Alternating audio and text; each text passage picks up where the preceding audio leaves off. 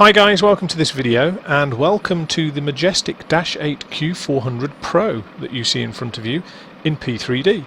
And a very fine piece of modelling it is too on the part of Majestic. This is the Pro version, as I say. There are differences between the Pilot and the Pro, but that's not the subject of this video. If you do want to find out more, then I'll leave a link to their website in the description below. No, the subject of this video is the FMC challenge. Now, this is the second video. I've already done the one for the iFly Boeing 747-400, which was released a couple of months back, and that did quite well, to be fair. I was quite impressed with that overall. However, the key is not to compare this to the 747-400 because they are fundamentally different creatures, born of different parents and with the intent of different purposes. As a result, their FMCs are completely worlds apart. No, the aim of the series is actually to challenge the sim, the add-on FMC against its real-life counterpart. And as I say, the 747-400 actually did okay, did better than I was expecting. This thing has a very different element in terms of its FMC, so we'll just pop inside and have a look. So welcome to the cockpit, guys, and you can see on face value it's very similar to most modern aircraft. It's got 5 flat screen tellies, a couple of FMSs to program stuff with, some levers to wheel, and for the jet pilots out there, a couple of more concerning levers, the condition levers over here for the props. But yeah, as I mentioned, this is the Pro version, so you get the joy of the head-up guidance system, stroke HUD. Let's get rid of that. What you also get is a myriad of new ways to kill yourself. Now, what do I mean by that? Well, these two FMSs are not linked. They're two separate systems. So what that means is that if I put a flight plan into this one, FMS1, look, I have to cross-fill it to put it into FMS2. Now let's say, for argument's sake, that we forgot to do that, and we come down here and we get ourselves a circuit breaker. And our instructor, when we're doing our type rating, notices that we've not cross-filled our flight plan from that one to that one. So we're flying along, we're using our reference, our nav source, which you can change up here. You can see is here. You can see FMS1, FMS Nav1, Nav2, FMS2. So we're using FMS1 as our nav source. This is the only place we've got our flight plan in, and the instructor goes, you know what, boom, FMS1, I've just pulled your circuit breaker. That FMS is dead. So you go, aha, not a problem, I'll go to FMS2, which hasn't got the flight plan in. Ah, darn it. So you have the opportunity here to really cause people grief with this thing. Fantastic, isn't it? So yeah, that's just maybe that's just a slightly twisted way of looking at it. As it boots back up, you can see it's a UNS-1. It's actually UNS-1 Echo is the model of it, because the Echo variant is specific to the Q400. But you can see it's going through its built-in test, and we're going to have 2 FMSs live and active again. And pretty much the overhead is standard fare. So yeah, you really do have an opportunity to mess around with a lot of the failures and systems in here that you wouldn't in most other models. And even the simplest things, these things down here, the gear pins, and I'm sure every other Q400 Pro pilot at some point has left the gear pins in, and when you get airborne and can't retract your gear, it's a little bit disconcerting that you have to then return to land, shut everything down and get your gear pins, recover them from the wheels and put them in that little bag there. Emergency gear handle, it does work. So yeah, all told, very nice interior, but the bit we're here to see is this. So what we'll do is we'll have a quick look at the route and then we'll come back and program it. So here's our route, familiar from the 747-400 video. Same route, the blue colour, by the way, instead of the white, is because if you look there, we've got significant meteorological warning of turbulence. This is actually the weather system that caused all the snow in North America, the feet and feet deep of snow and all the chaos over there. It's come over to the UK now, and it's decided to come over slightly warmer as rain and wind, which is deep joy. However, moving on swiftly, same route as we had before, London Gatwick all the way around to Cambridge. What we're going to do in terms of the route is we're going to fly it ever so slightly differently, and the main reason is because of the differences with the FMC. Now, the FMC that's fitted to the Dash 8 Q400 is VNAV capable, but only in descent. So it can do an en route VNAV descent, and it can do a VNAV descent to the terminal area or to the approach. However, what it can't do is VNAV in the climb. So in terms of speed and vertical management throughout everything up to the point of descent is pretty much going to be down to us. As a result, the SID here, which we're going to go through the processes of is literally going to be monitoring the LNAV and manual constraints in terms of altitude and speed. However, we'll go through the process, we'll see how we get on. We're straight into airways, obviously, so we can have a look at its airway capacities. We will also then do holds, so we've got a possibility of a hold here at Ugnus. The hold doesn't have to be on a nav aid. Years and years and years ago you would have put things over nav aids, but nowadays you can basically just nominate a position. And we'll do an en route hold, and we'll probably do the off route hold over here as well, so either Wotan or Badam. Got a nice 50-mile leg. We can see if we can do a step aside. The actual system, real life things, should allow us to do a step aside. This likewise should allow us to do a step aside. The real thing allows us to do a present position fix and a present position hold as a result, so we'll see what happens in terms of that. Then we're going to go up to Staffer. Now, Staffer, one of the things we said with Staffer when we did the 747 Q400 is we wanted to see what the logic was like in terms of it making this turn, because it's a big heavy jet at fairly high speed, and this is a very tight turn, 150 odd degrees, whatever it is. We're going to try something different with the Q400. What we're going to do is it has the opportunity to actually designate a waypoint as a flyover point, so you have to overfly that point. And we're going to use Staffer for that, because obviously the temptation is to let the system do its own natural thing and come around here. If we have a position that we have to fly over, an ATC say you must fly over that point, or the SIDS or STARS, for example, say you must fly over that point, then you can actually designate it yourself, and we're going to do that with Staffer. We're going to designate that we must fly over that point, and we'll see what it does. Hopefully it will fly over it, and then it will come down and do a nice big arc and rejoin down here. Hopefully it won't cut the corner short, because that's not what we want. What we want is the actual overflight. Okay, so Honolulu down here, we've got an interesting opportunity here. Now the Q400 won't do an airway to airway intersection. If I move that, you can see there's actually no intersection or reporting point there at all, and certain Boeing FMCs should allow you to do that. As we saw, the 747-400 didn't do it, but that's that's a limitation of the sim on occasions, isn't it? The key here is that the 747 Q400 has an opportunity to do things called PVORs, or pseudo VORs, and we will have a look at that during the flight. It's quite a novel thing. Imagine taking this VOR and placing it here, and then you can fly your radials to this location. So what we're going to do is we're going to put the VOR to here. When we're coming down here, we'll put the VOR over to here, and then we'll actually fly an inbound radial to the VOR, to the pseudo VOR here, even though the actual VOR is there. It's quite funky, although it's a bit awkward to get your head around at first. So we'll do the pseudo VFRs. Down here, obviously, the final bit is, so rather than a star, we'll use the DME arc, and we can have a look at putting in waypoints. And for those who fly the Q400 frequently, there's a really, really neat feature which I will show you in terms of waypoints. And obviously, the usual stuff, checking routes, showing data, all that kind of stuff. So that's the route. As I say, same route, just slight amendments to actually what the exercises are we're going to fly. So let's jump into the aircraft and start programming stuff. Right, programming the FMS and having a look at it. So this is the initial page that comes up when you start the thing up. I've just accepted it, but you can see it's got the date, current date and time, current position, and also the nav database expiry date. It is the current one, although I've set the date for some time in the future to get nice weather. That's where we're at. Let's close that one down for the minute and open this one up. So this is the data page, and what you can see is it scrolls through the various data. Now, where it's got an arrow, that means you can do something with it. Where it hasn't got an arrow, you can't modify any of the data in there. So, clicktastic. So, where it's got the arrows, you can do something with it.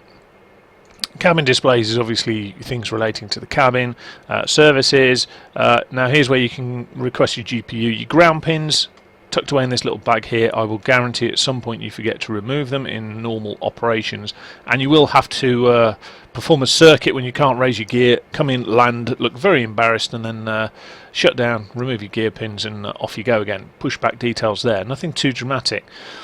Now, nav data. What is nav data? Well, nav data is, if you like, the main nav database. We don't want to go in and mess with that, and in real life, company ops prevent pilots from doing that. That's a maintenance facility in terms of confirming, checking, and updating nav data. We don't need to go near that. Pilot data. Pilot data is the data that we can enter ourselves. And you can see that SID stars, approaches, runways, airports, etc. In this case, unlike the real thing, we can't modify any of the details. Again, there's very little of this that the pilots would have the option of entering, and indeed some companies will prohibit pilots from even entering their own manually input waypoints. However, we can do that. We've got the option of doing that. Now you'll see here that there's some pre-populated waypoints in. So I've got Honolulu 1, India Charlie Mike Golf 2, 3, 4, 5, 6. There's a reason I haven't got India Charlie Mike Golf 1, because we're going to program that en route, and we will have a look at that. But these basically are waypoints that what happens is with the Dash 8 Q400, and I really adore this feature. Unlike other sims, with the FMS with this, if you program a pilot-defined waypoint, it stays in the memory. It stays in the memory of the FMS. So this is great because, in fact, I'm just going to test something. Let me just test this. If I go to data, pilot data, waypoint. Hey, look at that. That's awesome. Awesome. These are two separate FMSs. In all functions really, so you have to cross-fill the flight plans. That's why if you go up here for nav source, you'll see you've got nav source for FMS1, nav1, nav2, FMS2. So the FMSs don't necessarily contain the same details. So what then happens is the pilots need to make sure they cross-refer between the two FMSs and make sure they're both updated correctly. Absolutely fascinating, but it's interesting that this one's got the pilot-defined waypoints saved in it.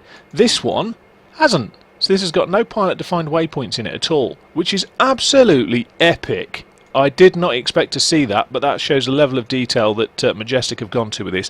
I'm quite excited about the fact that you can break this through operator error. This is fantastic.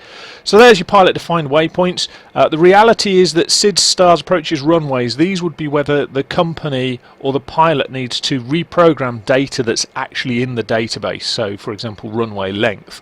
I can't think off the top of my head when you would need to do that. Potentially something like runway length you might need to do if there is for example a NOTAM out to say there's work being carried out on a runway and it's been shortened, for example, but I can't think, we would never really use that in the sim. So although it's not implemented in the sim, I've got no issue with that. I don't know if you guys would or wouldn't, but I don't have any issue. And as I say, what we do have, the pilot entered data for the waypoints is just epic. So in terms of data, the other things we've got TCAS filter if you wanted to apply a TCAS filter for certain aircraft, and crossfill. Crossfill is important because it allows you to transfer data between the two FMSs. Of course, the element here is that in terms of transferring the data between the two FMSs, we've just shown that they are not permanently linked for key areas and criteria. So next page, data page 2, gives you your nav equipment, your IRSs, telling you what mode they're in. So IRS, for example, whether it's in a line or nav. You've got one inertial reference system, 2 GPSs.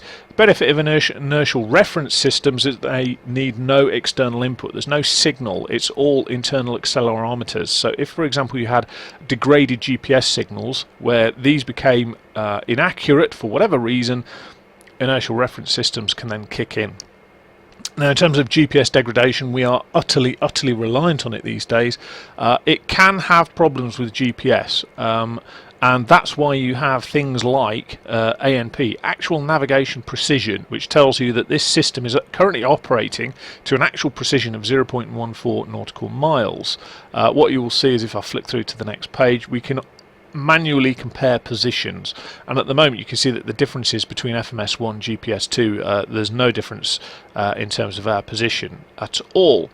But we can also compare various systems. So if we had an issue with GPS1, GPS2, FMS2, etc., we can compare the positions. Which is great, and you can see that all of the nav systems available to us: IRS1, FMS1, 2, GPS1 and 2. So all good. Final page of the data is the IRS information. So this is telling us what the inertial reference system is thinking our heading is, our pitch, our roll, and our variation. Yeah, really good. if you are doing it to a professional level, hence the name Pro. Nav page is what the nav page is. We will go through this using it as we go. The heading here, be careful of the heading. This heading here is actually the heading in relation to the FMS heading. So if you remember, we had an FMS mode here as our source as well, but we also have a heading button over here as well, which is there. Autopilot heading mode. This autopilot heading mode is not in LNAV. This is a heading mode where you can put the aircraft into heading and leave it in LNAV mode. So that's an option that you can do there, and then obviously you've got the heading select side of things. So what we're going to do is just have a quick flick through maneuvers. You can define your hold in relation to a fix and then a hold, and define all the legs regarding that. Heading again, PVOR is a pseudo VOR. STX is SXTK. Is basically where you want to offset your route, so you can do it left or right by a certain distance, and that's really nice to have, and just the wind data there. So returning from that, what we'll do is we'll just flick through the modes here in terms of the nav pages, basic nav page, and the fundamental thing that changes is down here in terms of the details that are given to you. So we've got a 7-knot tailwind taking off 08 right. Performance wise will be fine because it's a long runway and we're a turboprop, so we should be fine with that. However, you can see that you can change that. Nav page 3, FMS position, RNP, ANP. What on earth are they? RNP is the required navigation precision for the phase of flight that you were in. And it depends what phase of flight you were in. You need, for an oceanic crossing, you need at least 6 miles of accuracy. En route, which is what this is currently set at, you need 2.8. Terminal would be 1 mile of accuracy, and approach is half a mile of accuracy. The system's clever enough to recognise which phase of flight you are in, and therefore which required navigational precision it needs. ANP is what the actual aircraft is performing to. So at this point, the accuracy of the nav systems mean that we are within 0.14 nautical miles of our actual position. So the systems are obviously working very well. Hold position, I can't get this button to work, despite the little arrow. I've tried it in all sorts of different modes and everything. The hold position, to the best of my knowledge, is basically present position and relates to that, and you can obviously mess around with a lot of these other things as you wish. So that's pretty much the nav stuff done. VNAV, just so you are aware, is advisory more than anything else. You can link VNAV for descents, either en route descents or approaches. You can do that. So that's not really an issue. We'll get into that later, but VNAV, you do have predominantly advisory VNAV more than anything else. You can, as I say, link it to your autopilots because you've got a VNAV button here, but it is limited in what you can do. So you've got no VNAV in the climb, for example, and it hasn't got step climb facilities at all. DTO, direct to, so you can do direct to a waypoint, you can do direct to a hold position. If you want to do a hold position, you can do direct to a PVOR, so a pseudo VOR. We will have a quick play at that later, as I say, so there's nothing too remarkable there. List is literally what it is, so it will give you a list of the options that are available to you at the position you are at. So we will have a look at that in a bit because we need it for our flight planning. Back to VNAV path, previous and extra obvious. Fuel is our fuel available and on board. So at the moment, fuel page 2, if I go through to 1, what we can do is we can set our weights and fuel in here, which you can see I've already done. Fuel on board, you can actually change it using the system, whether you want to do it by tank or total fuel on board. I've done it as total. You can also change in the system in the configurator for this, whether you want it in pounds or kilos. This is all in pounds. So basic weight of the aircraft, packs go, you can enter the number of packs physically and it will automatically generate the weight. Cargo weight, 0 fuel weight is automatically worked out, and then as soon as you put the fuel on board it works out the gross weight. You can also add obviously extra fuel if you wish in terms of reserves, etc. Your details there. And then as you scroll through the fuel pages, we don't use most of these in terms of inputting. What it does is it tells us things like fuel flow and how our aircraft is performing, predictions, etc. So it tells us a lot of information, and there's the fuel flow in pounds used, obviously failed because we've got no engines running. Flight plan, we're going to go through in a moment, filling out the flight plan. Performance is monitoring performance. We don't tend, because we haven't got VNAV and we haven't got auto throttle and we haven't got all the gadgets, this is more monitoring than anything else. Just telling us our temperature at the moment is ISO plus 3, so it can work out a lot of things in regards to what's going on. Tuning is really quite good actually. The ArcDo is linked to the FMC if you put it onto FMS mode here. So if I put it onto both, you can see that it's got a little symbol here that says if I put it onto both, this is functioning, this is not, which is really quite cool. So now this is active. Obviously I can do things such as press and hold here to get our transponder active on altitude, which is really quite good, and then ATC wise you can see it's active. Nav1 back to here, you can see that Nav1 data is matched here, and we've actually set it up as ILS1 is on Nav1 because we're not going to use the nav for a little while, which is really quite nice. So you can see that if you want you can have a separate system here or a fully integrated system with it. All very good, COM, nav, ADF throughout the whole lot. So moving on from tuning, you've got the menu button. The menu button is dependent on the context of which page you're in. So if you go to flight plan, it will come up with a menu available within the flight plan menu, and you've got various options here, including cross-fill flight plan. Rain prediction is random autonomous integrity monitoring prediction, so that is looking at the accuracy of your systems. Key things here are in terms of present position to waypoint, departure profiles, arrival profiles, so basically SIDS, stars, deleting flight plan. Be very careful. One of the things you will see with this is that with, say, a Boeing FMC or an Airbus, what you will see is on the navigation display you'll see some sort of dashed line which shows you what your change is likely to result in or implement. Don't get that here. So you've got to be very careful what you're messing around. You also get the opportunity to copy the routes, so really quite impressive stuff, to be fair. So what we're going to do now is we're going to program our route. So the first thing we're going to do is put our departure in Echo Golf Kilo Kilo, enter, accept it. You can press enter again instead of having to go up here, and then what we go up here, menu, into our contextual list, departure, gives us our details. So we're going to depart from 08 right, enter. We're going to use the Kennett 3 per part 7, enter, and that's all done. So back to flight plan, you'll see now we've got our SID in, and you can also see it's put in the height constraints. Now, as I say, you've got no VNAV in the climb, so these are advisory. These are altitudes that you can be aware of, but actually you need to manually control your altitude using your flight controls up here. So moving on, next page.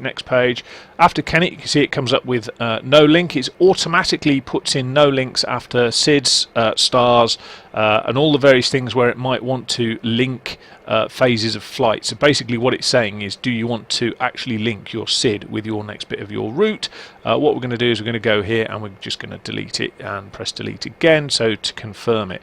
So from Kennett 10, what we need to do then is, this is where it's fundamentally different to Boeing. We go to list, we go to airway, we want the November 14, which is 2, and we're going to come off at octad, which is 2, and then it puts all the details in. It's actually, for me, in many respects, quite a slick system. It takes a little bit of getting used to start with if you're used to the Boeing and Airbus stuff, but nonetheless, I think it's actually quite a good system. So from there, we're actually going direct to Telba. To put a direct in, you literally just type it in, enter, there we go, we're to Telba. From Telba, we're following the Papa 18. Now remember, we need to go into list. What we're going to do is list the airways. Papa 18 is 2, enter, and then we're going to Staffer, which is 1, enter. Now, if you're doing long routes, this is quite a handy system, really, because we're going to go to list, and one of the things is that you can't put in something that's not physically possible, because it lists the options from that waypoint. So you can see that we've got various lists of options that we could choose if we wanted to choose various different things. So I could choose NDBs, for example, and it will give a list of the nearest NDBs. And so on and so forth, the nearest airports, whatever. But we want the list of airways. So from Staffer, we're following the Lima 8. And we're going to Honolulu, so 4, enter. Now, from 4, we're going to our first of our manufactured waypoints, which, if you remember from SkyVector, was the sort of link waypoint between Honolulu and Daventry, where we've put it at the intersection of 2 airways, but there's no actual reporting point. So I've actually already put it in. If we go to data, and I want pilot data, waypoints, you can see the manually entered waypoint here is Honolulu 1. Not going to go through all of that, so let's go back here. And we want, if I put in Hon 1, our manually entered waypoint will appear. There we go. So boom, that's how you get your manually entered waypoints in. If you put in a manually entered waypoint that's not there, so if I go to HON2, which isn't in our list, what then happens is it comes up with a define waypoint page, so you can actually manually define your waypoint straight from the flight plan. However, we're not going to do that because we don't need HON2. So from there we're going to direct to Daventry, Delta Tango Yankee. From Daventry we're then going to follow another airway. It's going to be the Mike 189. So back into our list we want airway, we want Mike 189, which is 2. And from there we're going to Olney. And from Olney we want the Papar 166, so list Papar 166, which is 2, and we're going to Banto, and then from Banto we're going to go via another airway, which is the Papar 155, and we're going to go from there to Sivda. Then finally what we're going to do is we're going to go to Echo Golf Sierra Charlie. In fact, what we'll do is we'll program our DME arc in now. So, how do we start doing our DME? In fact, no we won't. We will go Echo Golf Sierra Charlie. Enter. Enter. Back into that, what we're going to do is we're going to go to Menu, Arrival. We're doing an ILS to 2-3, so we want 3. Enter. We're not having a star. We're having an approach, which is going to be ILS to 2-3 idea. Entry number 1. Enter, enter, back to the flight plan. Now, if you remember we said about disconnects, we've just entered an approach. It's basically saying, because ATC may change the approach as we get closer to it, I've put a discontinuity in here. So I've just deliberately put this discontinuity in so that you've got the opportunity later on down the flight path of changing it, should it for whatever reason change. So there we go. That's how that bit works. Now let's go back to previous pages. Now, one of the things that we often want to do is we want to check our route. So we've got the route the TCAS, as you can see, is on because we turned it on, which is a little bit dramatic looking. So let's zoom in down here. We're going to bring the range down, and if we change format here, you can see that we change to, if you like, the traditional checking format. Now, it doesn't step through individual waypoints, so we'll increase the range a little bit so that we can follow our flight plan, because it in effect does it by page. So if I go next on the page, you can see it jumps to the next page. Center one is Detlink 43. If I go next again, it goes all the way up to Octad, so I can just check there's no issues with the route. And you can see that we've got the route, it's all consistent there. If I go next again, it will jump through. Now we've gone all the way through to Daventry. Next, it comes down here. Now, if you remember, from the 747-400, what we're actually going to do is a DME arc here, and we're going to do the DME arc from Sivda. So now what we need to do is manually enter a waypoint. So let's go up to here. We are going to manually enter the let's get rid of that for the minute. In fact, is it going to let us move it? I want to move it, but there we go. So I've got my controls down here. What we're actually going to do is going to enter into here a new point. So it's India Mike Charlie Golf 1 is what we're going to put in. Generates it, hasn't got a clue where we're going. So the reference waypoint from here is actually Cambridge Charlie Alpha Mike. And in relation to that, what we're going to do is we are going to go out on a radial of 300, and we're going to go for 10.2 miles. Accept that, and you can see now it's put India Mike Charlie Golf 1 in. We are now going to go India Charlie Mike Golf 2, India Charlie Mike Golf 3, India Charlie Mike Golf 4, India Charlie Mike Golf 5, and India Charlie Mike Golf 6. And you can see now what we've got is our DME arc. However, look at the DME arc. We're in effect doing a 180 degree turn here. So Next thing we can do is we can clear that, so we want to delete the discontinuity which joins up everything at the end, and what we're going to do is go previous page, and we want to get rid of civder, so that, delete, delete. And now you can see we've got a nice approach. Now the temptation at this point is to get rid of Banto. We might do that in the air, we'll see how we get on, but that's pretty much that element. Now go back down here to format, get rid of that. All good stuff. So let's just zoom out a little bit so we're not focused quite so heavily on that. All good stuff. Right, in terms of our process down here where we were doing our approach, one of the things that was there. So we can actually do overfly points, which is a key thing here. But what we'll do is we'll go back to our flight plan, previous page. Now, one of the things that we needed to do was we needed to put altitude constraints in. So we were going to do our altitudes. So 2,000 feet goes there. And what we're going to have to do is, because we can't copy and paste just like we could with a Boeing or an Airbus, we're going to have to do it for each individual waypoint.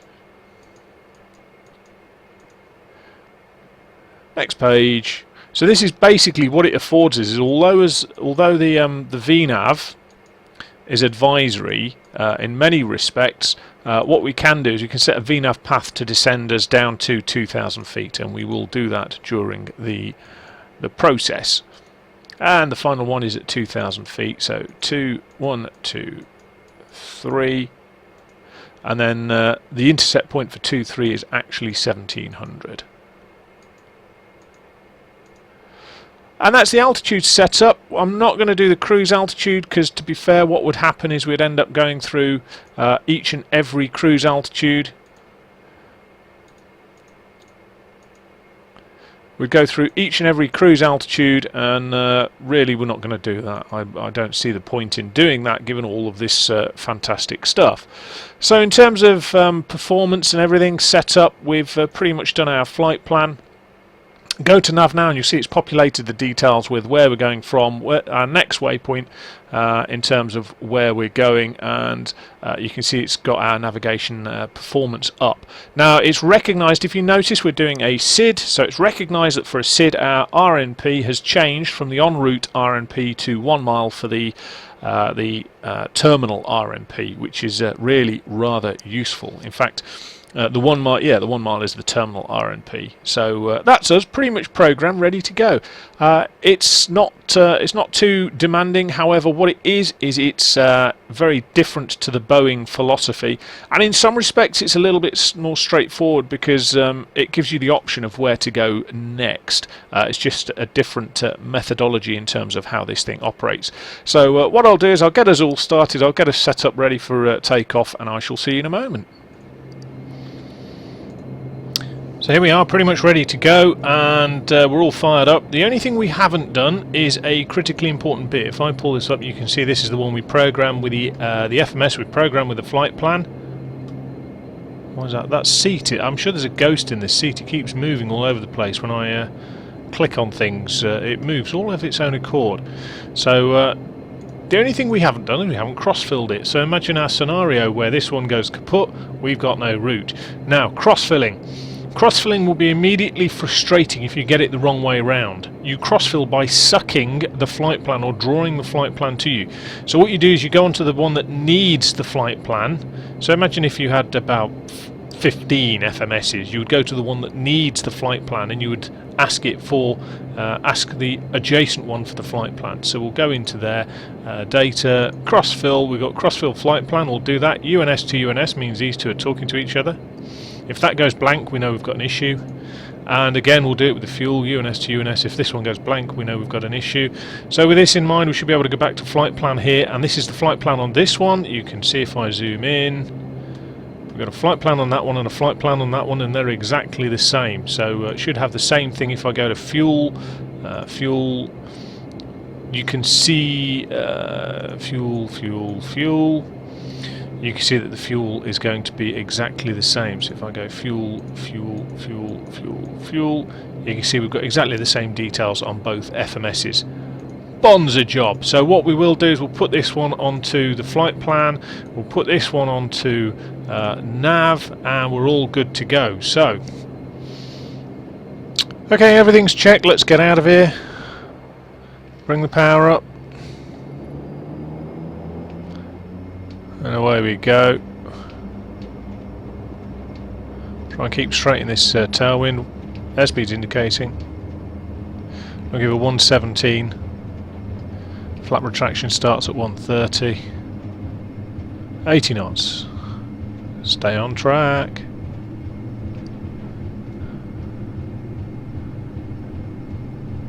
And rotate.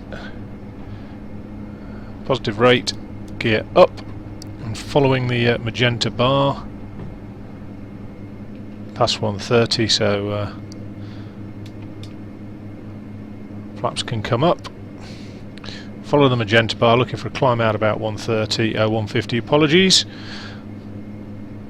What we'll do now actually is, whilst we're in the climb, we'll arm the LNAV, and 1580 is our acceleration altitude, so as we come past that, which is where the MDA is, we'll just pop the nose down,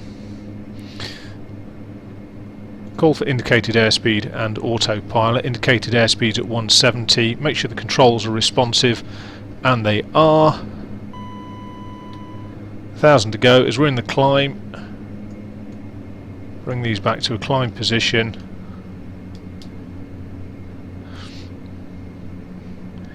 And we'll just let it accelerate naturally when it gets to 3,000 feet.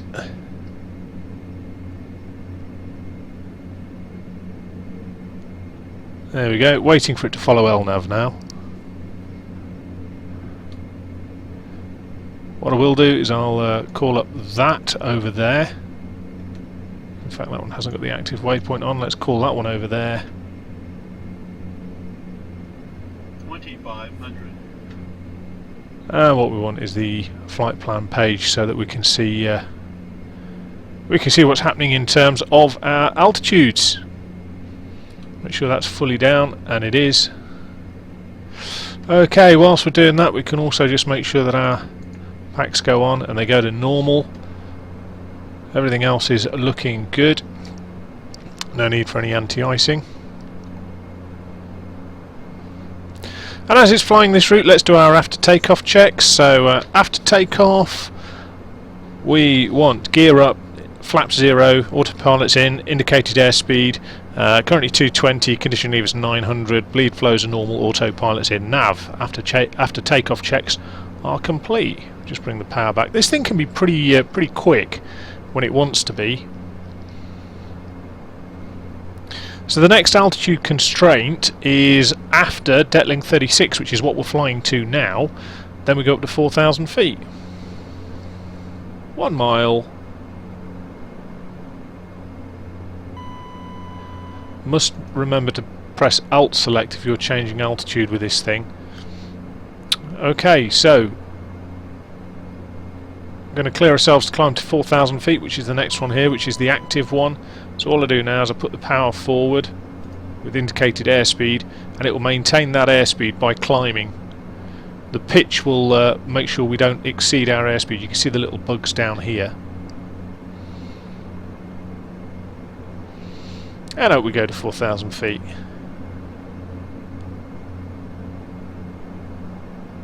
And we'll level pretty quickly at 4,000 feet, and because of that we need to take our power off. You can see our enunciation's changed to Alt here to show that we're maintaining an altitude. Waypoint alert as we're coming back up to that waypoint. So what we're going to do now is we are going to climb up to our cruising altitude. So what we'll do is we'll go up to 210.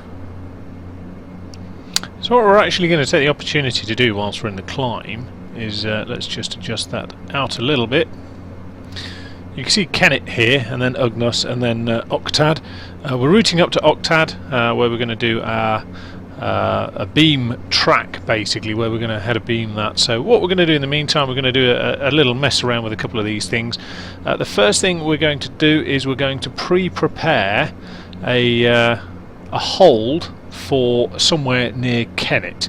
And what I'm going to do is I'm just having a quick look at the map here, and Maulby is an off-route hold. So what we can do now in terms of all of this is we can go to Maneuver, Holding Definition. What we're going to do here is go hold Malby, which is M-A-L-B-Y. Enter. It should find it as an intersection 5135 West 2. That looks good, so accept that. And then in terms of the fix, what we can now do is program it. So we're coming from the east, so what we'll do is we'll give it a, let's make it a bit awkward for it, we'll give it a northerly inbound. So we'll have a northerly, so in effect what's going to happen is we're going to come in from the east and we're going to turn, so it's here, about here, we're going to come in from the east and we're going to turn and we're going to have a northerly inbound, and we'll see how it manages that. So 0, 0, there's a northerly inbound, and you can see the outbound becomes 180, and we're going to turn left.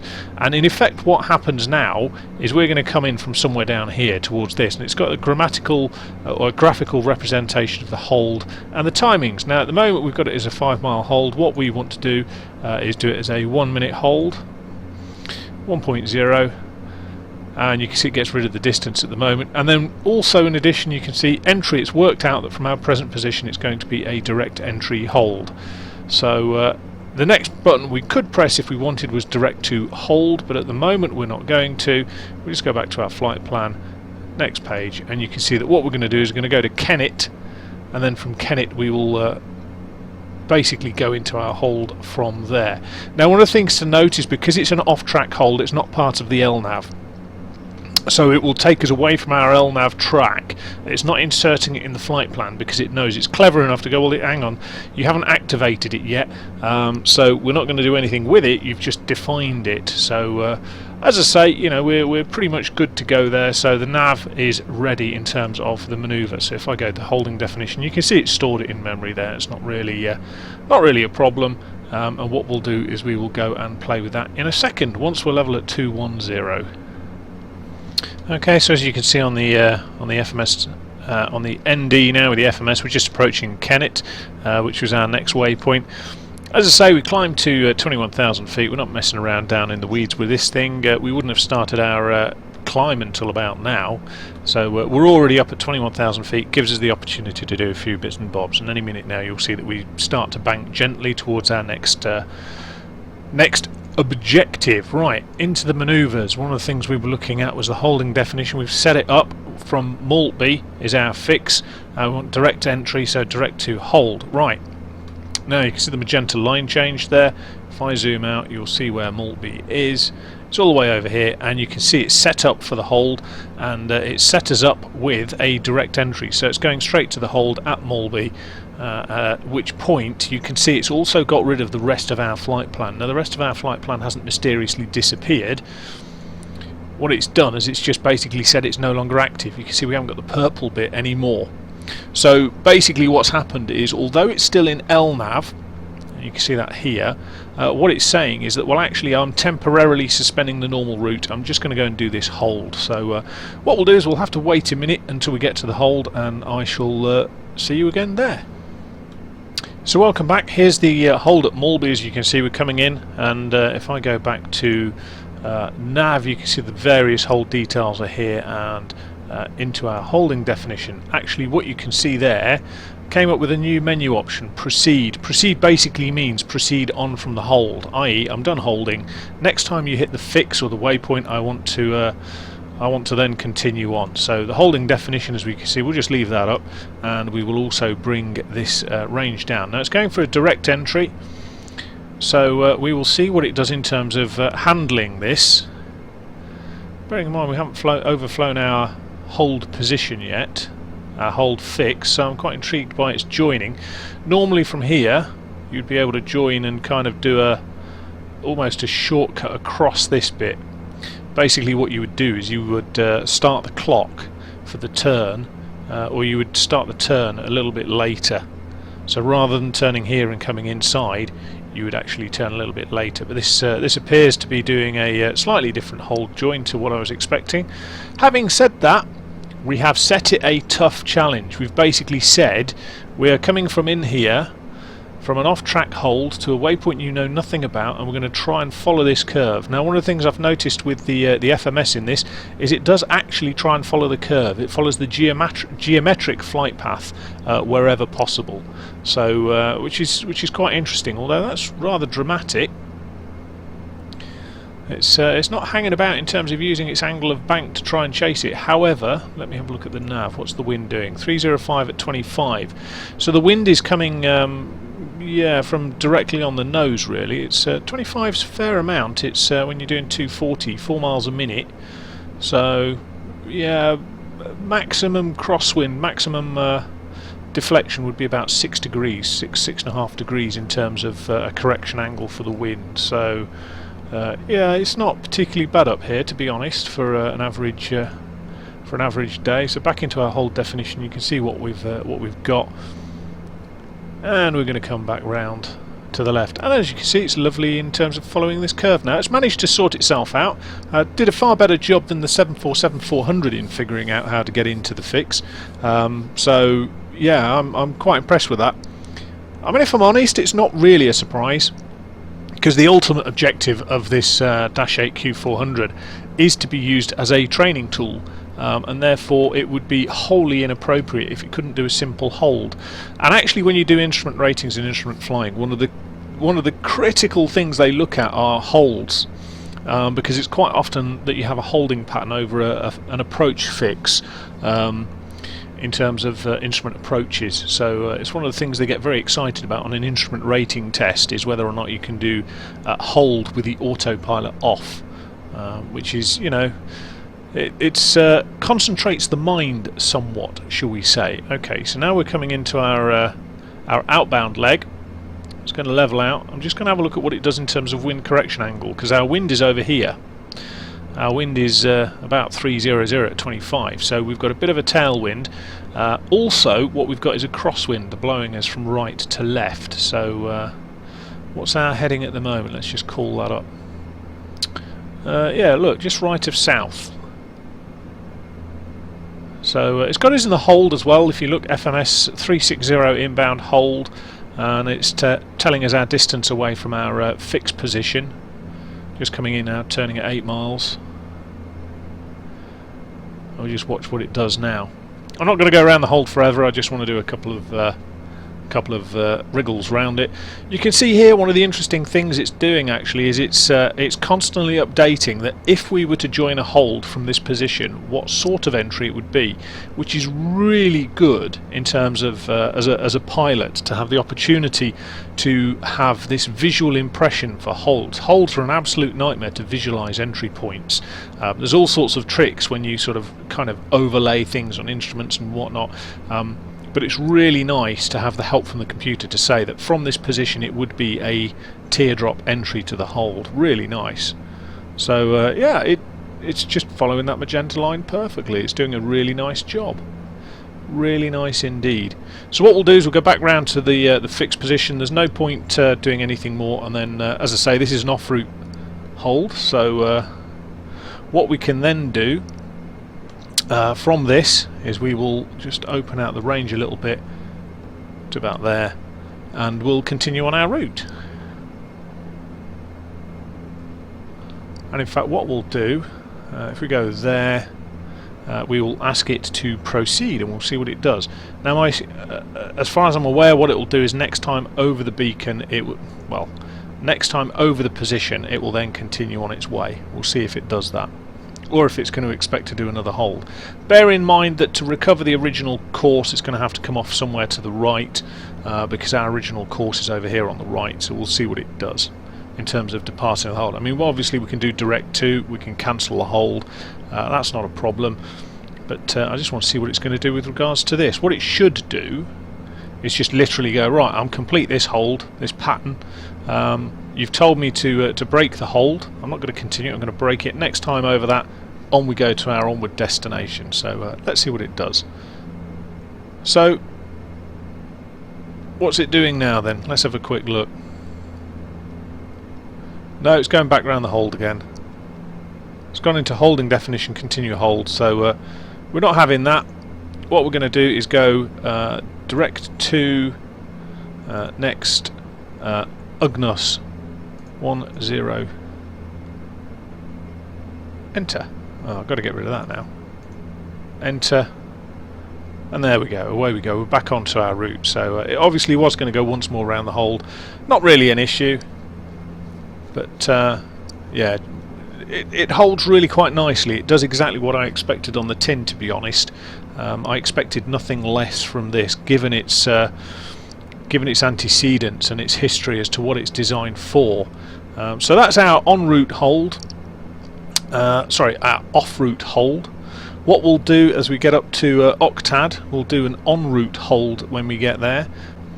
Holding definition. This time we're going to go to Octad.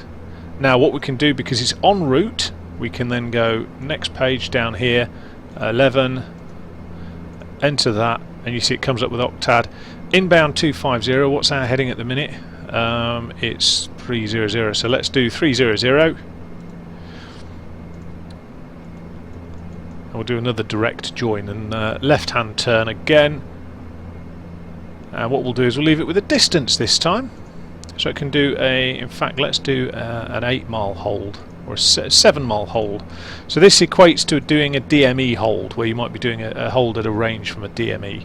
So enter, arm hold, and then basically you can see what's happened now is because I've armed a hold and it's an en route hold this time instead of an off route.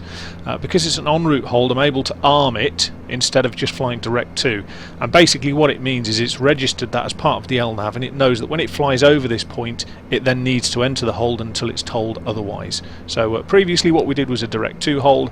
This time, because it's en route, we're able to put it into the system and arm it as an en route hold. And now if we go to the flight plan, you will see that it just sits there as an active leg, but behind it, after it's got hold. So the system now knows that from Octad we're going to go into a hold on a heading of 300, which is the inbound heading, and we're going to hold until further notice, which is, you know, that's great. So you can see the nice little picture here as it's drawn. I'm going to go into the hold, do a left hand turn, and just join straight into the hold. Direct entry again, it should say, if I go to nav, maneuver, holding definition, you should see, yeah, it's direct entry, which is perfect. If I go back, the other option that's now appeared, not only do we have disarm hold, so we can just basically cancel it to go straight back into our nav, we've got direct to hold, which means actually we could just use it as a normal direct to hold. So really flexible. You can see we're coming in towards it now. I might as well leave that screen up actually. Can we bring the range down? There's no point bringing the range down because the hold size, and it's interesting to see that the hold actually, when it draws it, it comes down below, if you like, the aircraft position, so you've got that spatial awareness. But what we're watching for now is to make sure that it goes, and you can see actually magenta line here stops at this point, and that's a white line, which means it's not active. And I should imagine that when it goes over the hold we will still see that will be white and the hold will go magenta. There we go, look at that. So there we go, now it's saying that our hold is magenta. It's the active element, which is here, based around Octad, and it's just going to go into the same thing, just a normal hold. So yeah, really nice in that respect. The hold flexibility is just fantastic. Now obviously compared to say a 767, a 747, whatever, for the hold, in terms of the hold definition, there's no speed here, because obviously you haven't got VNAV and you haven't got auto throttle, so the speed is manually controlled. What it's looking at is the hold in terms of the shape of the hold and trying to fly that. But I really love this page. This page is just absolutely awesome, and thus far, with the exception of the fact that I can't figure out how to do a present position hold, which apparently it should do. So if I go here, you see it should say hold present position. Let's see if it does it now. It's going to really screw it up if it does. No, you can see the button just doesn't do anything. So yeah, apart from that, which is the only bit that sort of not concerns me, but is a bit of a sort of, well, I wish it would do that. You can see you can do off-track holds by defining a point. You can do off-track holds in regards to a waypoint where you do whatever you want, and you can also do off-track holds, on-track holds where you arm the waypoint, arm the hold before you get to the waypoint, which I think is absolutely fantastic. Because quite often with an ATC instruction, you'd get proceed to such and such a point and hold. So if it's a point that's en route, you can actually proceed to it and then hold. So. Yeah, really nice feature. Do like that. What we're going to do now is we're going to get out of the hold. We're not interested in doing that anymore. So the next thing we need to do is go to our flight plan. Next point we're going to is it's going to be Octad, but after that it's going to be Telba. So what we can do now is we can go to there, delete that, get rid of that, and it reinstates our route again. So you can see we're now going Octad to Telba, and so from there what we can do is direct to next page, Telba, which is 12, enter, and then you can see we're going direct to Telba now. So happy days, off we go. Okay, so I've had a change of heart here. What we're going to do is we're going to go south of Octad, so command heading is going to be 180. Now remember, the key here is that this is in LNAV. So if you look up here, we've got the heading, and we've got the little blue turny thing available for the heading, and you can see actually it's got nothing to do with where we're headed. We're going straight to 180. This is Octad down here now.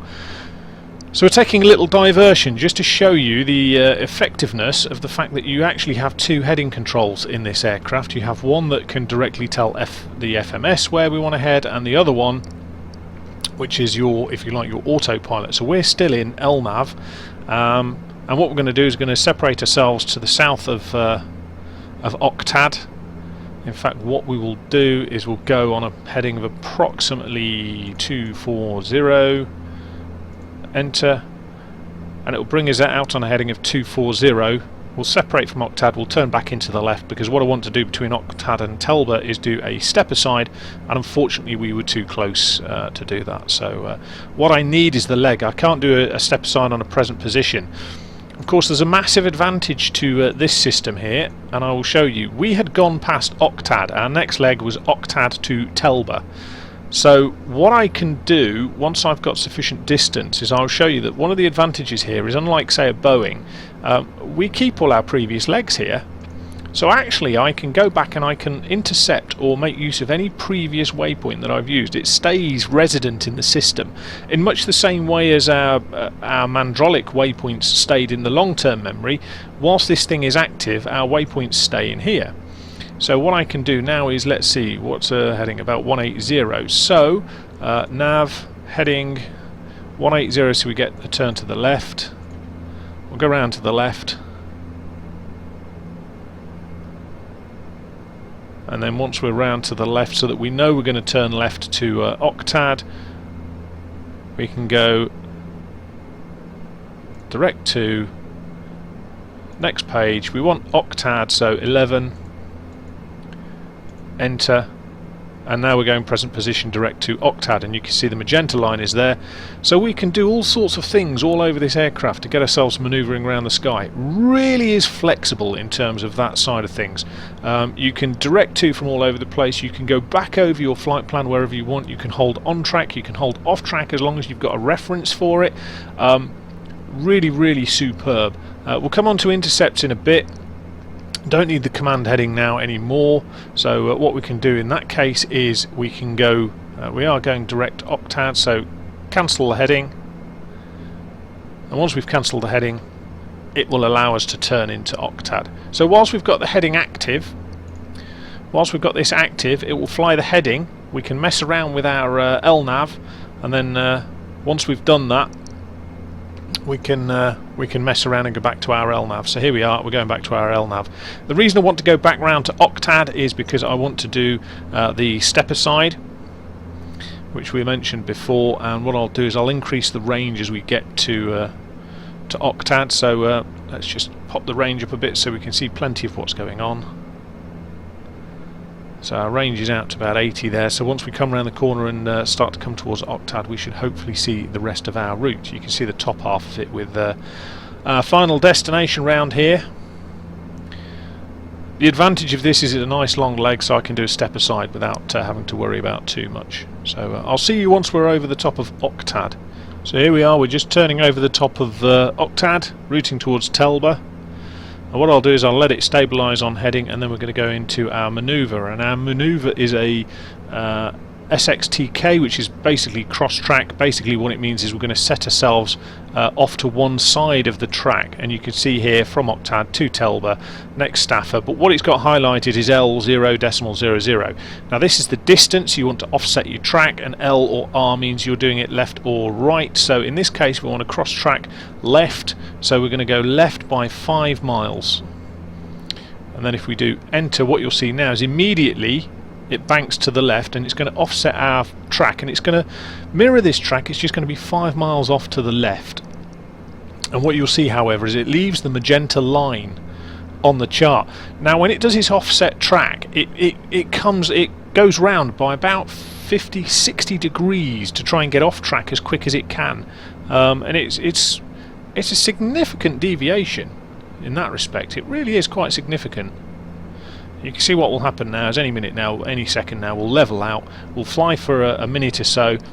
And you can see down here that we've got a certain amount of information about what's going on in terms of our elements, and this is saying that we are right of our cross track by 3 miles. So as this narrows down, then you'll see us turn back round to the right. But you can see here with the magenta line is the LNAV route. We've now stepped aside, and you can see now what's happening is we're turning back round to the right as we're getting closer to our offset track. Really is quite a potent tool for a number of reasons, but with this aircraft it's very quick, very effective, and you know, that's absolutely fantastic. Now, one of the things I didn't mention before, we're going to the flight plan, overflight of points. You can directly overfly points. Now, why is that important? Well, it might be important in terms of wanting to achieve a constraint set for you by ATC. So with that in mind, what we're going to do is going to put a constraint at Staffer. Now the reason being is what I want to do is overfly Staffer. If you remember when we did it with the 747, it looked at these 2 points and it cut inside and did a nice gentle graceful arc to join the two. What I want to do with this case is I want to overfly Staffer and come back round. So what I can do now is I can go to Staffer, I can click down there, is it? Yeah, there it is, overfly. Now you get a little asterisk here and a little asterisk here, and that basically means I've told the system, right, let's overfly Staffer. I don't want you to cut this corner, I want you to actually overfly and make sure we go directly over the top of that before we then continue our manoeuvre.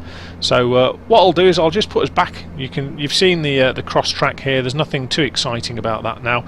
So what we will do is go to this one, nav. Go to the nav, and what we'll do is we'll cancel our cross track. So manoeuvre, you can see that we've got cancel cross track, there we go, and it will turn back to the route right and rejoin our track. Beautiful, it's like a work of art, a ballet, a poetic piece of marvellous writing in the skies above England. And now you can see actually the FMS is really quite a powerful tool for manoeuvring us around the sky. We haven't touched the controls, we haven't touched anything here at all. Not even the heading switch. Once we got to our altitude, we've just left it as is, and we haven't touched a single thing. And this is the power of the FMS that we often don't bother using. We just sort of go, oh well, we'll follow LNAV, we'll do nothing else with it other than just, you know, if we deviate from LNAV, we'll do it via this. The ability to adjust your heading here while still in LNAV mode is great. The ability to do your cross-track is obviously great.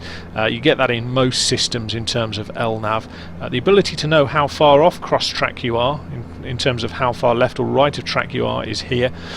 And you know, you can see here as well now that we're on route. We've got our actual navigation precision is still 0.14. Our required, because we're en route now, not in a terminal area, is 2.80.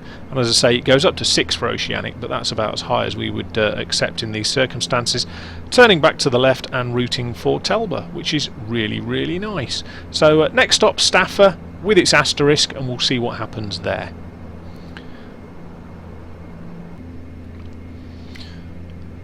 So here we are, guys, routing up towards Talbot, and I'm going to do a couple of things now. Let me just call that up, and we'll change the format, and we'll go to this format, and we will bring, let me see, that up, previous page. Okay, what we're going to try and do is this point here is a nominated point in the middle of nowhere. So somewhere between Honley and Honley 1, what I'm going to do is I'm going to set up a pseudo VOR. So what we're going to do is go to Nav, Maneuver, pseudo VOR, and what we're going to do is we're going to do Hon 2. So if I go here, what's going to happen is I go Hon 2. And it's going to go, actually, you know what? I don't recognise that point, so the reference point is going to be Hon, H-O-N. Let me see, hang on, I'm going mad here. H-O-N. Enter. Accept. Then what we're going to do is we're going to generate a point which is directly to the east of it, so 090, and we're going to generate that point about 5 miles. So 50. Enter.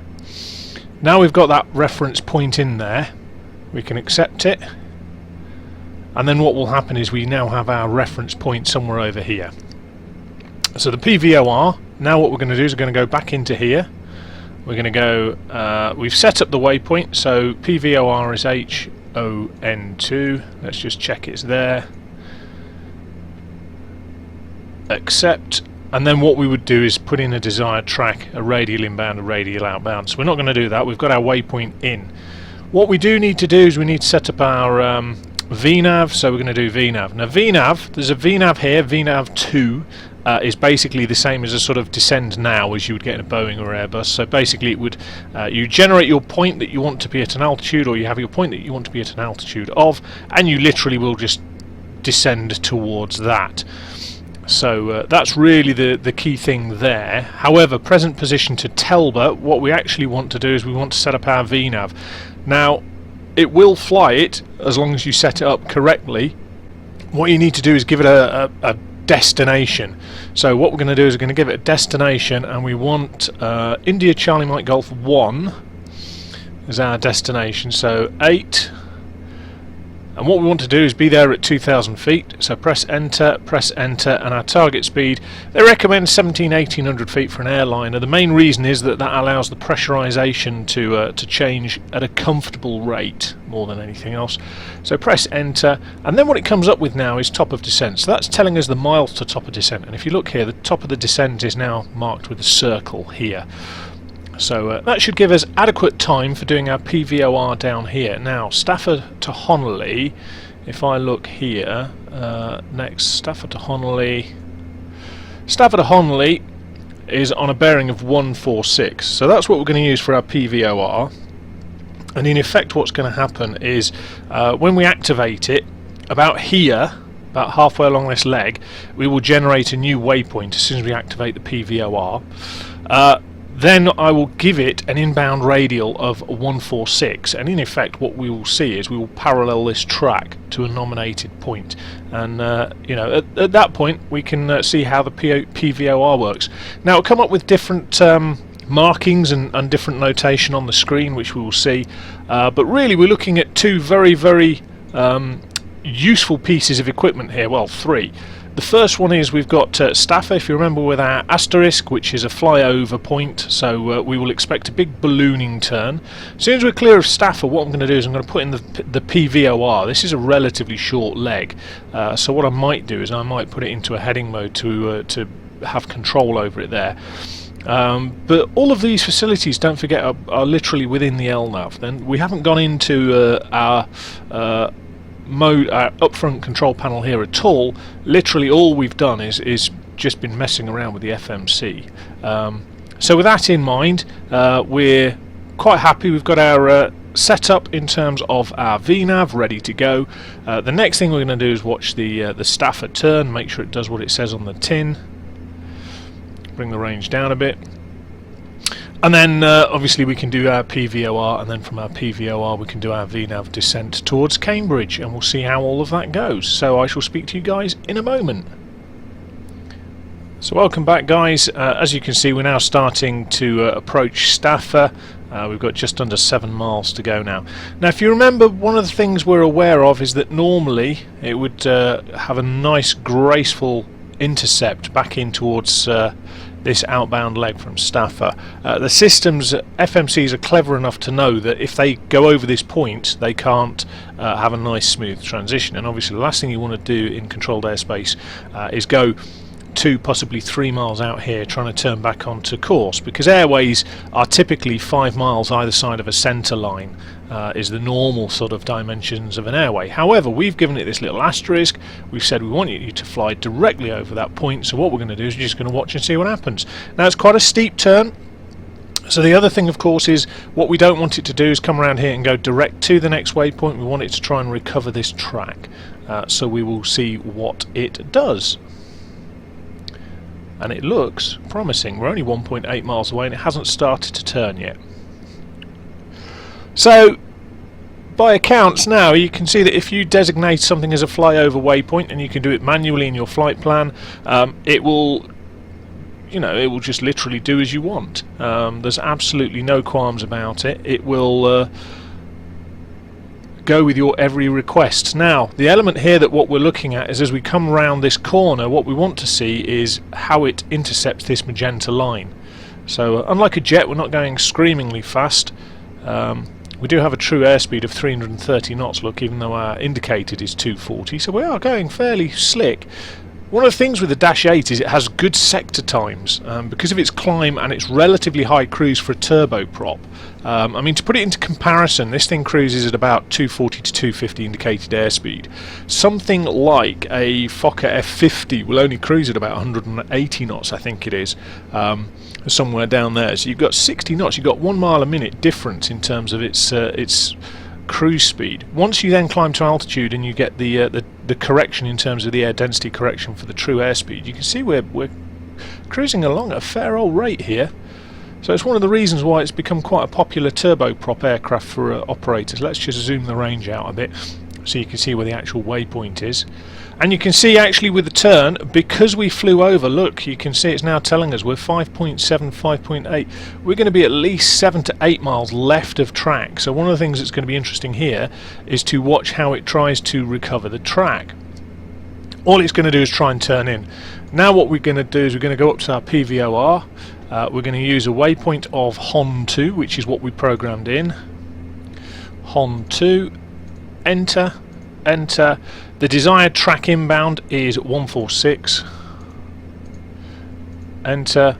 The inbound radial is going to be 14. In fact, no, it's going to be 326. And there we go. There's our PVOR. And what we're now looking for it to do is to intercept our PVOR, because that's what we've got as our manoeuvre, our active manoeuvre with this line. The question mark now is it going to intercept it? You can see now we've got a different reading in terms of our left or right of track. We're only 1.6 miles left of track now, so you can see it's turning back, and in effect it's also got rid of our, as I say, exactly the same as we had before. We haven't changed our flight plan at all. It's basically said, well, let's make the flight plan inactive. So what you could have is a situation where ATC basically says, we want you to proceed to such and such a point on a such and such a such and such a radial, such and such an inbound heading, whatever it might be, and you can program that as you wish. So you can put in your own waypoint. You can exactly as we did, you can nominate your heading, your radial, etc., and you can intercept a point that's just a random point. Now we know Honolulu 2 is down on our flight plan, so as we get down towards it, one of the things we've got to be mindful of is our descent point was somewhere around Daventry, which is over here, but you can see now we've got this Honolulu 2, which is really quite a useful thing. So ATC can nominate you a point anywhere in space. You can then go into your waypoint list. So pilot data, here we go, waypoints, and you can see that we generated Honolulu 2. If I go next page, that's the waypoint there that we manually generated.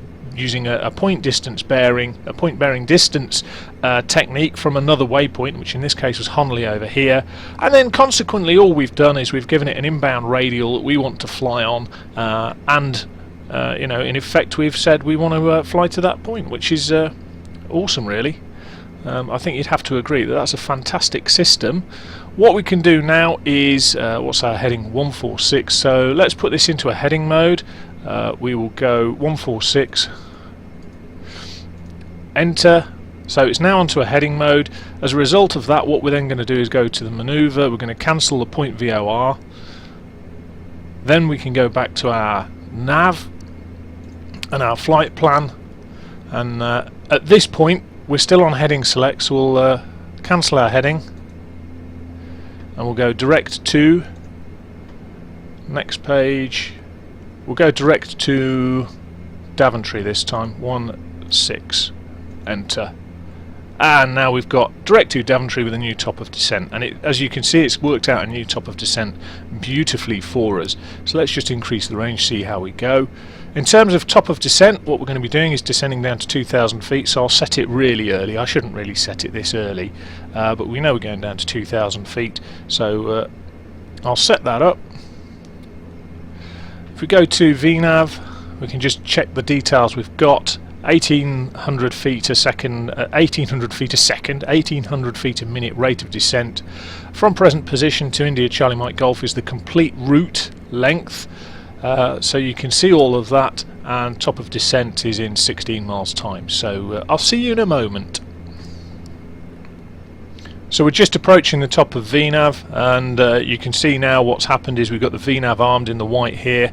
The only thing we're going to have to be careful of is we are manually controlling throttles and speed. So as you can see now, 4 miles to go. Traffic 1,800 feet below and climbing. We are going to descend any second now.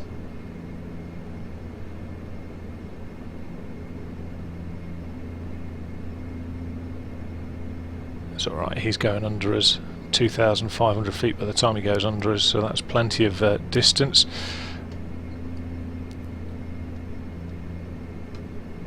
VNav path capture we're on to now, top of descent. You can see the nose is coming down, so we need to monitor our speed. Means we need to bring off quite a lot of power. That warning is where you have the power too far back. It's the same sort of landing gear warning as you get in a light general aviation fixed wing, where it says, well, hang on a minute, you've got the power pulled all the way back, yet your gear's not down. What on earth is going on here? So in terms of our VNav path, it gives a target vertical speed. You can control your vertical speed using your throttles, really, more than anything else. And it now tells you from your present position to where you want it to be at 2,000 feet. It tells you your glide path, which is minus 2.81 degrees, and your vertical deviation here. So all's well. Now that we're clear of the conflict, we can go back to our route.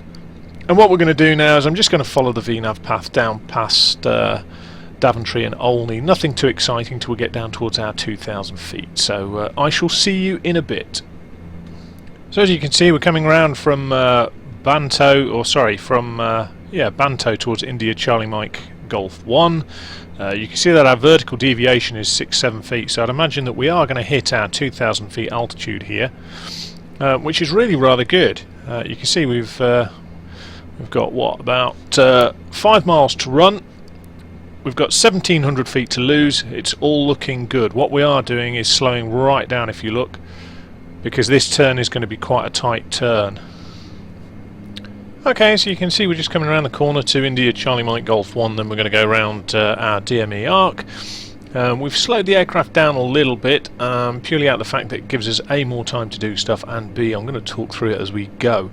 Now, you can do a full LNAV stroke VNav approach using the systems. We're not going to do that. What we're going to do is use this bit as a demonstration of a fairly tricky element, which is changing from LNAV to normal navigation beacons. So what we need to do is just make sure we're set up. I've set everything up early in terms of the various checks. The controls are fully forward for the props. The radios are set up with the ILS set up here, look, 1.1.3, so that we're ready to go. Now one of the tricks you can do is this course is mode dependent, so the course will be set based on which mode you're in. So whatever it is at the moment, FMS course 1 is 039 degrees. That's not our final approach heading. What we need to do to fix that is we need to come down to here, press and hold the format button for 2 seconds, and you'll see this changes, and this is our inbound course for the ILS 231, you see, 111.3, and it's idented because it's 10.2 miles, which is what we would have expected, because that's what our DME fixes were as we were going round. So that's all good. We can press and hold format to get rid of that again. Come back to our LNAV map. Now we're at 2,000 feet at the minute, so the next altitude we want is 1,700. We can preset that. You can see the preset markers here, but it's holding us alt at 2,000, so we're happy with that. So that's the next thing. In terms of checks, we're all pretty good with the checks, so the only thing we're going to need to do now is potentially set up our heading, because what we're going to do is when we come around here, we're going to go into a heading hold whilst we go through the transition. So what we'll do is we'll bug the heading to about, well, the inbound's 231, so I'll take 60 degrees as an intercept for that at 170 should do. And then we're pretty much good to go. So what we're going to do as we come around here is we're going to start setting ourselves up with flaps, etc., ready for intercepting the glide slope, which will be about here. So it's all looking fairly okay at the minute. What we have to do as well is we have to come down to 1,700 feet during this transition phase here, because this is 2,000 feet we need to be at, and then the actual platform altitude for intercepting the glide slope is 1,700. Now as you can see here, we're still on FMS 1. This is the bit that you're going to see change as we come around. We've got our speeds bugged in. 153 is our climb out speed if we have to bug out of there, and 130 is our VREF. So it's all looking pretty good. What we'll do is we'll follow this round. I'll probably just let it fly itself. You can see that every time we get to a waypoint, the FMS changes here in terms of the course, and also giving us our information about our lateral position. Still getting the whether you're left or right of course, and so on and so forth. And what we'll do is we'll come around the corner, we'll see how we get on. So I'll see you guys in a moment. So now we're coming back round all the way to India Charlie Mike Golf 6. You can see it's magenta as our active leg, and here's our centerline fix. Brought the range right down so that we can see, obviously. We're at 172, so what I'm going to do is I'm just going to drop the flaps a little bit early. We'll see the nose come down to counteract the increase in lift, and the speed starts to try and come down a little bit. At early stages of flap, you get more change to the lift profile than the drag profile, so you get a little bit of drag, but the main change is in terms of the lift. So as you can see, we've barely changed power, and the speed's barely changed, but what we do have is a much lower nose attitude. So what we're waiting for now is to transfer over to heading. And there we go, we'll pop that into heading, and you can see we've gone to heading select. Nav source, we need to go to nav 1 so that we're ready for that. And what we're also going to do is we're going to choose vertical speed, and we're going to go into a shallow descent. Just 300-400 feet a minute should do it. Make sure we've got alt select, otherwise it's not going to level.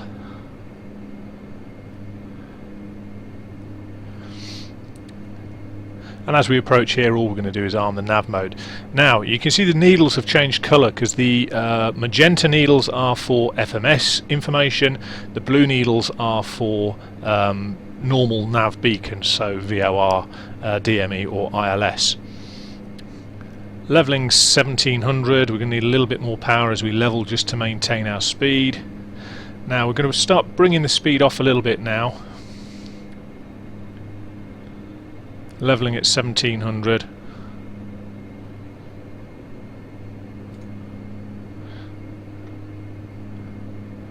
So approach mode is active, just checking localizers captured, alt, glide slope, 160 knots. Gear can start to come down, prepping nice and early.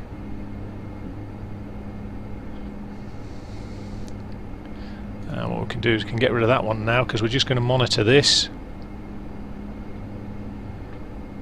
Just waiting for the gear. 3 greens, there we go. Gear's out, fully extended. 1700 feet, waiting for the glide slope. Localizer slightly right of centre line. 7 miles to go, just coming up now. See the airfield in front of us. We're going to follow this down a little bit. We're going to let it go. I must admit I haven't got my controls particularly well set up for this aircraft yet, so I tend to get a bit of PIOs on the altitude as we come down, but you know, such is life. I've only had this aircraft a couple of weeks, or only been flying it I should say a couple of weeks, so I've had about 2 or 3 flights in it. Nothing too dramatic. So what we will do is, as the glide slope comes in, we'll start to take our final stages of flap. We'll go down to 10 degrees now. We will need to increase power a little bit if we wanted to maintain that speed. However, we're just going to let it drift down slightly, and as it gets to half scale deflection, we're going to go to 15 degrees flap. So now 15 degrees will start to produce a bit of drag. Just make sure the flap corresponds, and it does. And now it's just really a case of watching the glide slope and the speed like a hawk. It's nicely established. I'm going to let the automatics do this as much as possible. We're a little bit fast, so in terms of speed we are now descending with a glide slope. What I'm going to do is I'm going to put the go round altitude. In fact, the go round altitude is 2,000 feet, so let's just put that in. And also what we're going to do is we're just going to put our go round heading in, which is 231. 1,000. Speed.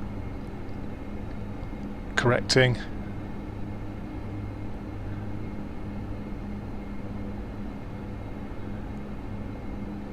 VREF 130. Everything's set up for the go round if we need it. Slightly low on the glide slope. That's correcting as well.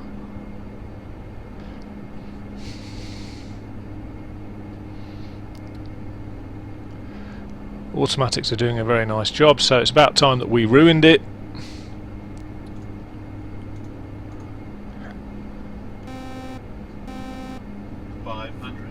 Take the automatics out. My aircraft. You can see where my pilot-induced oscillations come in here. Immediately, because of those, drifting high and left of centre line. 100. Correcting. There we go. Drifting slightly right. Minimums. This is a shocking approach. 100. Wonder what my FPS is, because it does seem to be a little 50, bit laggy at the minute. 40, 30, 20, 10. Get the nose wheel down. Love the noises on this thing. And transfer from reverse thrust to braking. Okay guys, hope you enjoyed that flight. I certainly did. It's a fantastic aircraft in its own right. It's a fantastic simulation. The key thing here is whether the FMS does what it says on the tin. I've gone through the profiles of the FMS as best as I can within the limitations of this sim, and so far the only single thing that I've managed to come across which is an issue for me is this hold position. In all phases of flight I've tried to use this button, I've tried to use it and gone through the manuals with regards to it. For whatever reason it's just not working. So that's the only thing that for me has caused a bit of a headache. Everything else, absolutely everything else works exactly as advertised, and you do have 2 FMSs. They are wholly independent creatures. They follow their own elements in terms of tracking path, etc. and fuel. You do have to cross-fill them to use them, which is excellent, so you really can make a mess of yourself. The automatics seem to be absolutely spot on by the book, and I'm not talking about the book that Majestic provide. I'm talking about the book that if you rummage around online you can get hold of the actual operator's manuals for this FMS. And it's incredibly potent how much you can do with this without having to drop out of LNAV. Hope you guys found the video useful, hope you enjoyed it. I'm not quite sure which aircraft is going to be the next one to go through the FMS challenge, but we'll see, and I'll hopefully speak to you soon. Take care.